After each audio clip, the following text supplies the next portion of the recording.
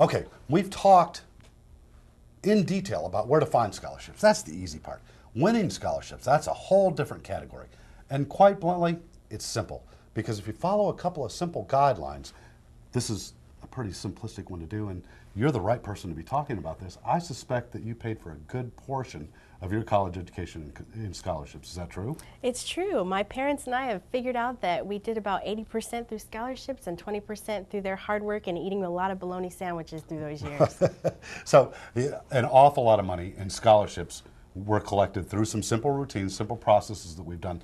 What I need the students to understand is that we make this sound much more complicated than it is. A simple process of getting through the application, finding out what you're available to do, and you'll do very well in the scholarship program. There is a site that we talked about earlier called FastWeb that we've identified. FastWeb identifies 700,000 scholarships that are available to college students today. That's more scholarships than kids entering college this year. There are more scholarships than there are kids entering college. To win those scholarships, I need you to understand a couple of key rules. One, establish a routine. In my mind, that's turning off The Simpsons on Sunday evening, sitting down, filling out the scholarship application. Ms. Taylor, what do you think that means? Well, I agree completely. In my case, it meant that I spent a lot of time at the Hallmark post office across the street from my high school. Right. And I wasn't buying candles and cards. I was turning in scholarship applications, and it really paid off. It does.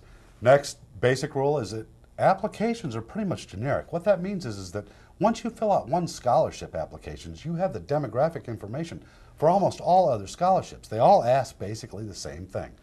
Why do you want our money? What's your GPA? What's your SAT? What class rank are you? Those kind of things. Did you find that to be the case? I did, and as a result, one of the things I recommend is just that students keep a list of these basic questions so they have the information there, and also to consider drafting 2 or 3 standard essays for questions that you see repeatedly so that you can just tweak those instead of reinventing the wheel each time. It's going to happen exactly the way Ms. Taylor talked about it. It's going to run exactly that way. If you have a core base of generic information plus a set of 3 or 4 simple 2 or 3 paragraph essays, you can crank out 2 or 3 a night. Follow the rules is the next rule. Follow the guidelines. That means turn it in on time when they say to turn in and answer the questions they want to hear. If they ask for specific information, you have to tweak that essay and tweak that program a little bit, but for the most part, it'll fall right in. Last is get involved, and you're best to have us address that area because you were an involved student. Would you talk about that for a moment? Absolutely. One of the things I did that helped me when I was filling out applications was just to keep a list of the things that I'd been involved in. I mentioned cheerleading. I also ended up listing things like singing in the choir, my jobs, things like that that help you remember what you've done so you can show that you're a well-rounded individual. Sure. It's important that the students understand that getting involved doesn't mean you have to be absolutely everything to everybody.